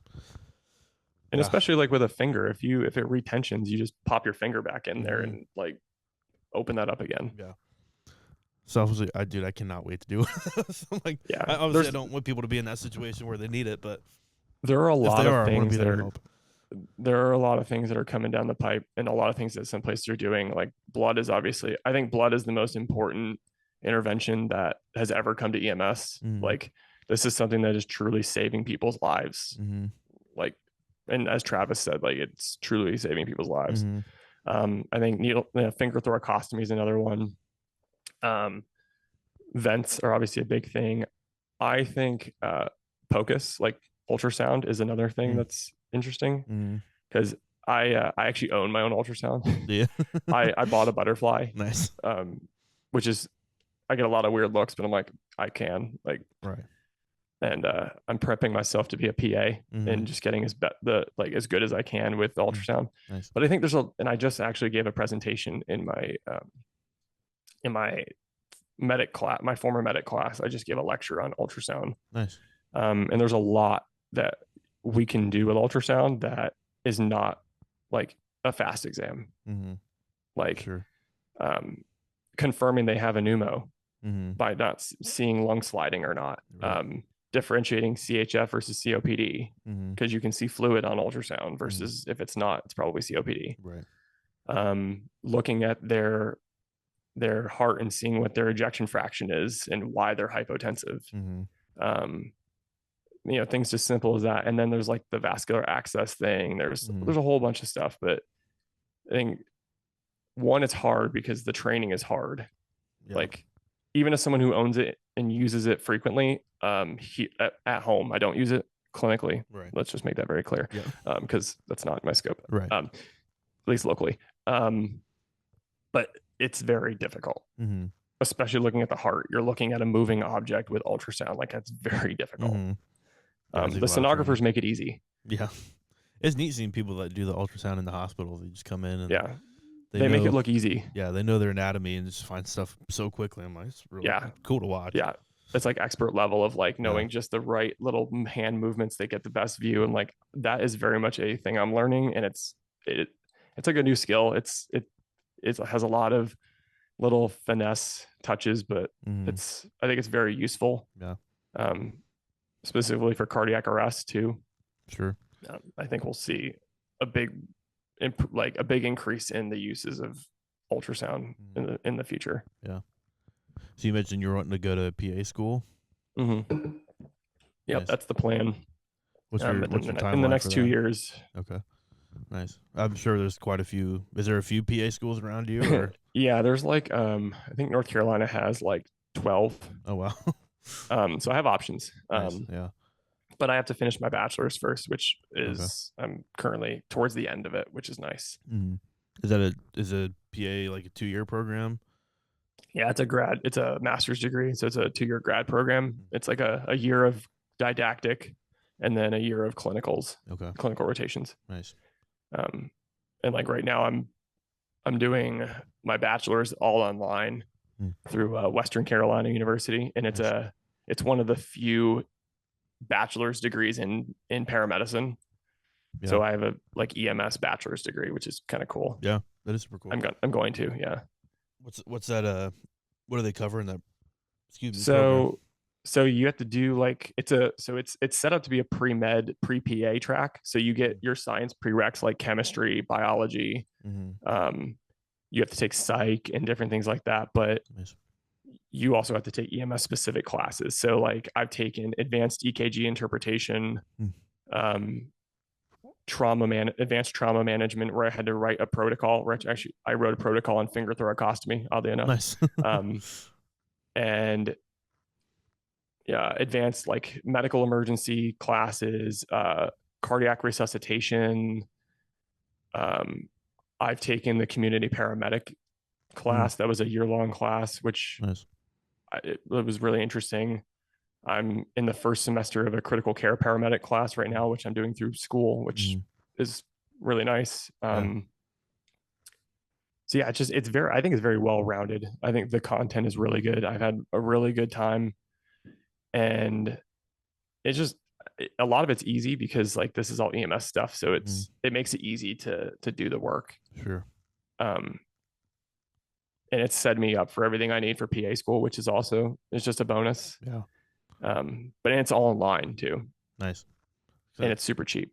That'd be very convenient. And people outside North Carolina can do it too. Like I've got people in my class that are from California. Like so people in New York can take it. Yeah. Can take that program because it's 100% online. What school is it from? Western Carolina University. Okay. And it's super cheap too. Nice. That's cool. Yeah.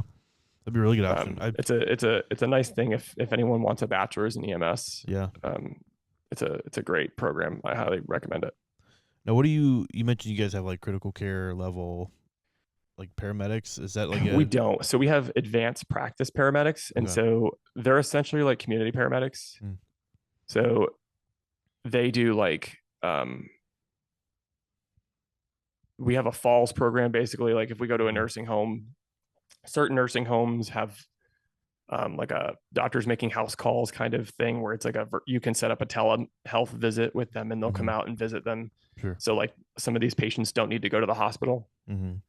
Like even if they fall and they have a hematoma on their head, they don't necessarily have to go to the hospital, which is cool because it avoids going to the ER for a lot of older folks. Right. They carry the Suboxone or the Bupe, so they can do that. They go to our overdoses. They can get people set up with treatment, so we can transport people to drug and alcohol rehab facilities. Nice. Directly instead of going to the ED. That's awesome. That's really cool. We can transport people to, we call them alternate destinations. So like if a psych patient who doesn't have a medical complaint, we can transport them directly to an inpatient psych facility if needed. Nice. That's one thing that they do. And then they also do like community paramedicine with our high volume utilizers. So basically like some of our people that have been calling 911 an excessive amount, and they just try to hook them up with resources and see how they can reduce the 911 usage, basically. I like high volume utilizers is a good way to say frequent that's, flyers. That's the term they've used instead of frequent flyers, which I actually like because I think frequent flyers denotes like a big stigma. Right. Versus high volume utilizer is like because frequent flyer is kind of like a misnomer because a lot of the frequent flyers you just assume are BS and they're using right. But like we have some high volume utilizers that have legit medical, like legit serious medical concerns. Yeah. And they call all the time because they don't, again, what I said earlier, they don't have like the healthcare resources that they need. And so they're calling us to get a neb every other day, or they're calling us because their diabetes is unmanaged. Like, yeah. No, that's a cool program to have. The community paramedicine thing is interesting.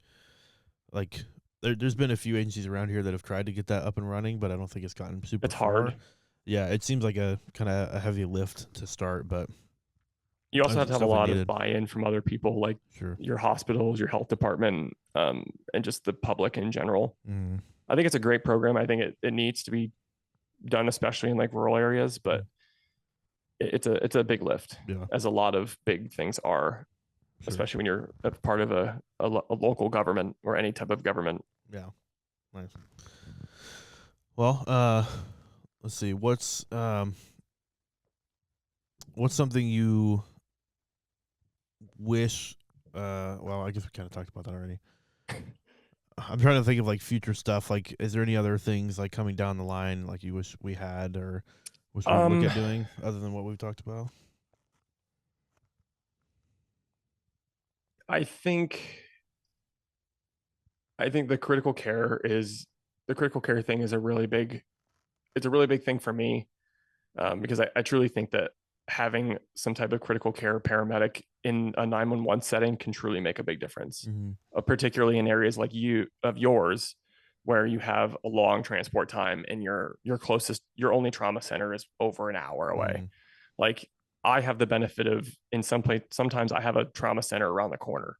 Like I have a level 1 around the corner. And so like sometimes that is a bit of a crutch, I think. But I think especially in those kind of outlying areas, having a critical care paramedic really would make a big difference, because like they can bring those big interventions like RSI, like blood, like POCUS, all those things to the patient instead of bringing the patient to the hospital. Bring the hospital to the patient in some way. Yeah. Okay, here's another very controversial. Oh, I like controversial. I'm excited to hear your opinions on this. This is a hot topic. LifePak or Zoll? Ooh, so I'm a bit biased. I'm a life pack guy. I've always had life pack. I have maybe a shift on a Zoll during clinicals. Okay. I've started with life packs with Bay Ridge. They had them in Lake George. They had them in Moreau. I've used Philips, the old MRX Philips at Empire. Yeah. I've never used the Tempest. I don't want to. I've never even seen one. Yeah. I've heard about it like twice, but if you ask Mike Caruncio, he hates them. He has a cease and desist order from Philips actually because he talks so much crap about them. Nice. I like, without having a lot of experience on the Zoll, I like the weight of it. However, I will take a brick that is a life pack because of its user interface. Right. I think it is so much more user friendly. Instead of having to click multiple buttons and go into multiple different menus to do something, like if I need to pace somebody, it's one button. Right. Or if I need to shock somebody, it's two buttons. Like it's a charge and a shock. Right. So I think, and the printer is, I like the life pack printer being on the front. And it's not nearly, the Zoll strips are so long. Like although on the 35, I've heard the paper comes out of the back. So we have 35s, or we just got them. They're not in service yet. We're doing like an in-service this Friday. I'm super excited just to try them out because there seems like some cool features on them. I've heard some people have some mixed reviews, but we'll see. I haven't gotten my hands on it yet, so I don't know. We still use the 15s, and we renewed for another 3 years on the 15s. Nice. Yeah. So, which they're great monitors. They're fantastic. Yeah. My biggest complaint is the blood pressure, the damn auto blood pressure. It's just, it sucks, but that's when I just get a manual pressure. Yeah. Almost always. I feel like there's the ability to get like a consistently good reading on the life packs is tough. Especially like when use the map. The map is accurate. The actual systolic and diastolic is not. Yeah, which I didn't realize that was a thing. Like it's not reading like how we're doing a manual pressure. It's a calculated guess essentially. Yeah, I heard that based off a map. I heard that at the beginning of this year, and I was like, it's like so that brings up a really good topic for me. Kind of like my gestalt is, if the patient looks really sick, I'm getting a manual pressure. Or if I care about the numbers, like if the patient is potentially preeclamptic and I care about the actual systolic and diastolic, I'm getting a manual, at least one manual, at least the first one, and then every other one after that can be the monitor. And I'm just trying to trend it. But yeah, if you're using the monitor for auto pressures, just know that the map is accurate and the systolic and diastolic is a calculation. Yeah. Which is it's one thing where we were never taught, and I learned it kind of from somebody on the back end. Right. Which is, I feel like is an important thing to know. But yes, I'm a life pack guy, and I always have been. I probably always will be. Yeah. I'm open to others, but like I'm just partial. Yeah. So. Well, life pack is the correct answer. Gold star. Actually, hold on, wait. And it's a paperweight too. Where is it? There we go. Life pack. Okay, here's another answer or question. Also a hot topic. What kind of van or ambulance do you like? Are you Sprinter van? Are you box van? So we have Type 3 currently. We have like how Moreau has like the Chevy like van truck, like trucks with a box module. I think I'm partial to a Type 1, but I will say like it's nice being able to just reach through the the passage. Yeah. Instead of having just a little window. I hate vans. Hate them. For transport, for interfacility, they're fine. Yeah. I think for 911, they suck. I totally agree. They're too small.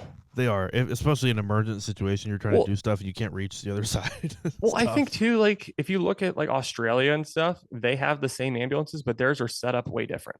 Yeah, theirs actually makes sense. Ours don't. They're a lot more roomy from what I've seen. They're a lot more room. In a van, especially, a bench seat makes no sense. I personally, I think a bench seat doesn't make that much sense nowadays anyway. If you're talking about safety, bench seats don't make sense. Right. Yeah.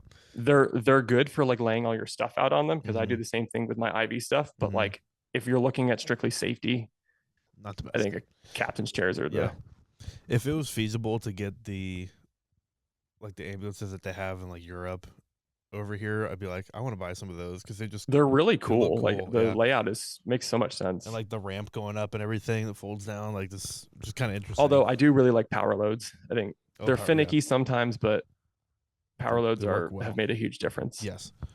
Save my back numerous times.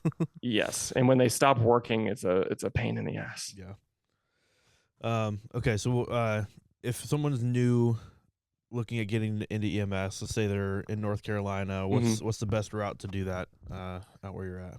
So here, all the EMT classes for the most part are taught by community colleges. Okay. And most community colleges here have a paramedic program. Nice.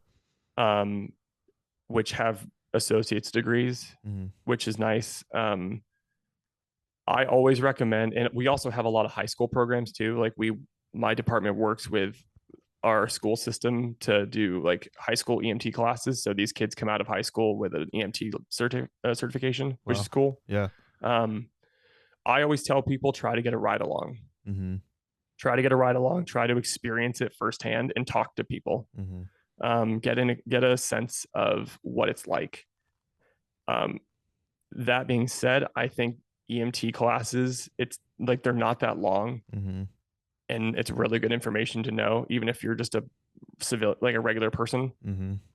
Having the basic knowledge of like bleeding control and how all that crap works is really beneficial. Right. So if anything, take the class, but I always recommend doing a ride along and talking to people that have been doing it for a while. Yeah. See if it's for you. Yeah, see if it's for you, because it's not for everybody. Like we get a lot of people that come here. We hire a lot of new people. They come into this, they think they want to do EMS, and then they get into it and they're like, it's not for me. Sure, that's totally fine. It's not for everyone. It's true. But even like if you do an EMT class, like say you do go to another career, like it looks really good on a resume.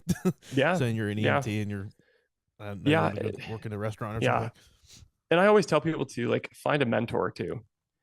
Find a good mentor. And I said this on the World's Okayest Medic podcast the last time I was on. Like find a good mentor. That can make a world of difference. Find somebody who you see yourself in them, like they're the type of provider that you want to be, and that is willing to teach, is good at teaching. They don't even need to be like the best instructor, but like is willing to teach, and is hungry for information, is always trying to improve themselves and improve the agency and everything. So yeah, find a good mentor, talk to people, and just get exposure to it. Yeah. All right, another question. Do you have any icks in EMS? Like I have a lot of icks. Is there any call types that are like, call types? Okay, so I have a lot of pet peeves. Okay. With people. Laziness is a pet peeve of mine. Like doing something because it benefits, because it's convenient for you versus if it's what's best for the patient. It drives me nuts.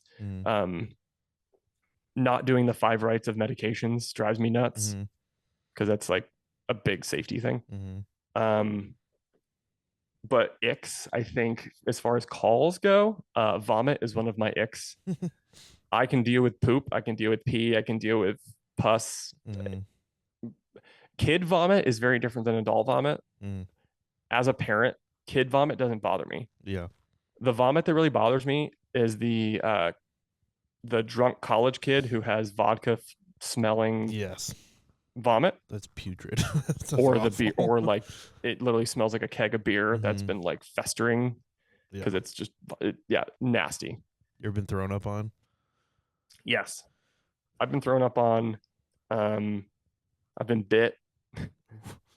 I've been bit here multiple times. I've been hit. I've gotten poop on me, gotten piss on me. Blood, all sorts of blood on me, unfortunately. And that's just a shift change. That's just one shift. Yeah, that's no. It's like that's just a shift change with your. Oh yeah, at shift change. Yeah. My relief and I have like, we're like monkeys. We throw poop. Yeah, that's like, I think that's my eyeballs. I had a lady one time in an MVC who literally had her eyeball cut in half, and that was horrid. I almost threw up. That's like one of the few times I almost threw up. I don't know how I have not had a really bad eyeball call yet. I know a lot of people that gross. are like, get they're heebie-jeebies from it, but yeah.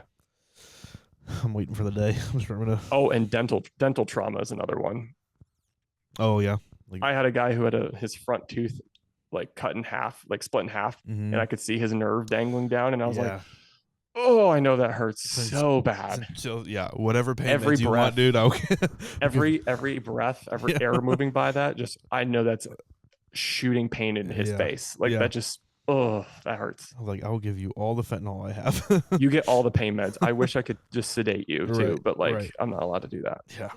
That's one that's like sends chills down your spine just thinking about it. Yeah. Got a lot of empathy for that. Yeah. Well, nice. Well, we're at an hour and 45. This has been fun, man. I'm happy to come back and do it again. Oh, for sure. We got a lot of other topics we can dive into, like EKGs and stuff like that. I have tons of topics that I can pull out. Yeah. Yeah. So let's plug. You've been on a few other podcasts before. Yes, I've been on the World's Okayest Medic podcast. Which is a great I talked about sedation and agitation.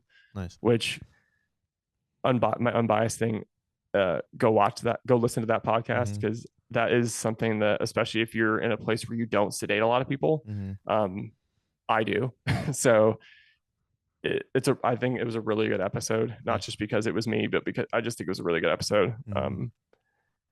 And then, yeah, you're the only other podcast that I've been on. Okay. And my podcast is Past the Scope. So PAST, the Scope. It's on Spotify and Apple Podcasts. Nice.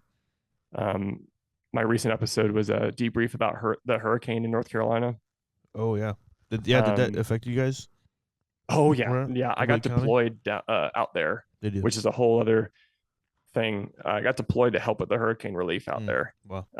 So that's a really good episode. I interviewed a few people from the county that I went to. Nice. It's like an hour and 15 podcast. So highly recommend listening to that. Yeah. A lot of really great stories, a lot of great lessons to be learned. And I think the stories need to be told, and that's exactly why I did that. Yeah. So, well, that'd be really cool. I definitely want to listen to that, because just hearing your guys' response to that and kind of the structure of all that would be really fascinating. Yeah, it was mind blowing. Yeah, nice. All right, is there one thing, kind of the caveat of I'm getting like the call notifications from I am responding. Oh. I just saw like a cardiac arrest. I'm like, oh, there you go. Not around here, but what's one thing you kind of want to cap the episode off with? Like, yeah, I think anything in particular that stuck out? My summary, there's a lot of topics to talk about. There's always new knowledge to be gained. I think that's the big thing, is if this episode and any of the other episodes, you listen to is tells you anything, it's that there's always new stuff to learn. So don't ever stop learning. Yeah. Like, don't ever stop. There's always stuff to learn. Every day there's something to learn. Talk to people who are more experienced and more knowledgeable than you are, because you'd be amazed at the stuff that you can learn just by having a conversation with somebody. And network too. Yeah. Networking's huge. Yeah. Future jobs, networking's insane. Sure. So always be a good student, folks. That's always be a good student. Be teachable. Yeah. Yeah. Don't think you know everything, because you don't. Yeah. Cockiness kills more people than anything. Yeah. Arrogance. That'll be the next topic. If we come on again, we'll open up with that. Yes. Wow. Yeah, man. Cool. This was really fun. I really enjoyed it, and I'm always willing to come back on and chat about stuff. I love talking about medicine and EMS and just anything in general. For sure. Well, yeah, we'll definitely do it again. Yeah, absolutely.